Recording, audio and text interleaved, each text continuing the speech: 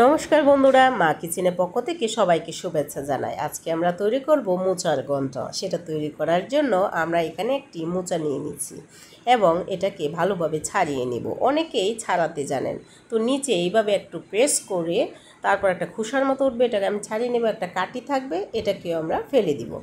ফেলে একটা বাটিতে জল নিয়ে নিব। জল নেওয়ার পর মোচাগুলোকে কাটার সাথে সাথে জলের মধ্যে ভিজিয়ে দেব, কারণ কাটার পরে মোচাগুলো এমনিতেই কালো হয়ে যাবে। জলের মধ্যে ভিজিয়ে রাখলে সেটা হবে না। এরপর আমরা এটা ভালোভাবে ধুয়ে নিব। ধুয়ে পর একটি কড়াইয়ের মধ্যে জল বসিয়ে দিব। এর মধ্যে একটু লবণ হলুদ দিয়ে মোচাটা দিয়ে দিব। দিয়ে 10 মিনিট ঢেকে এটাকে সিদ্ধ করে নিব।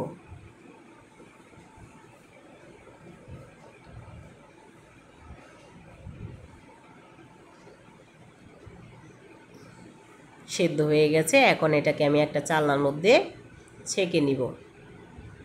ছাকার পর আমি এখানে 3টা আলু ছোট ছোট করে এভাবে টুকরো করে কেটে ভেজে নিলাম মোচার সাথে দেওয়ার জন্য। আমি সাথে কিছু বাদাম দিব, এই জন্য বাদামটাও আমাকে হালকা একটু ফ্রাই করতে হবে। আলুটা তুলে নেওয়ার পর আমি বাদামটাও দিয়ে দিব। বাদামটাও একটু আমি ভেজে নিব। এটা দিলে মোচার টেস্টটা একটু বেড়ে যাবে।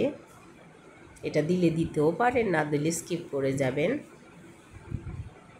এখন একটু তেল দিয়ে এর মধ্যে তেজপাতা, শুকনো লঙ্কা, মৌরি সম্বাদ দিয়ে গোটা 3 এলাচ, দারচিনি, লবঙ্গ দিয়ে 1 চা চামচ মরিচের গুঁড়া, 1 চা চামচ ধনিয়া গুঁড়া, 1/2 চা চামচ হলুদ, 1 চা চামচ জিরা বাটা, 1/2 চা চামচ নুন দিয়ে পেস্টটাকে তৈরি করে তেলের মধ্যে দিয়ে দিব।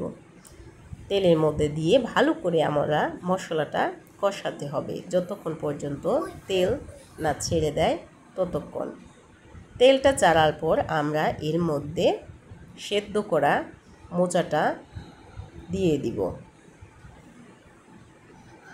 সেদ্ধ করা মোচাটা দেওয়ার পর আমরা এটাকে মশলাটা ভালো করে মিশিয়ে নিব, মিশিয়ে ভালো করে ভেজে নিব। আমার রান্না প্রায় অর্ধেক হয়ে গেছে। এখন আলুগুলা অ্যাড করে দিব। এর মধ্যে বাদামগুলোও দিয়ে দিব। বাদামটা দেওয়ার পর আমরা ভালো করে রান্না করব আরও 5 মিনিট। এর মধ্যে আমি 4টা কাঁচা লঙ্কা দিয়ে দিছি, 2 চা চামচ ঘি দিয়ে দিব। এখন খুব সহজেই তৈরি হয়ে গেছে মোচার ঘন্ট। তো এটাকে অনেকে কঠিন ভেবে রান্না করেন না, রান্না করে খেয়ে দেখবেন, রেসিপিটি খুব ভালো লাগবে।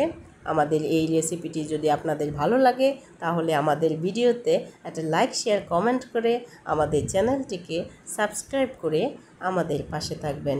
এতক্ষণ ধরে ধৈর্য সহকারে আমাদের ভিডিওটি দেখার জন্য সবাইকে অসংখ্য ধন্যবাদ।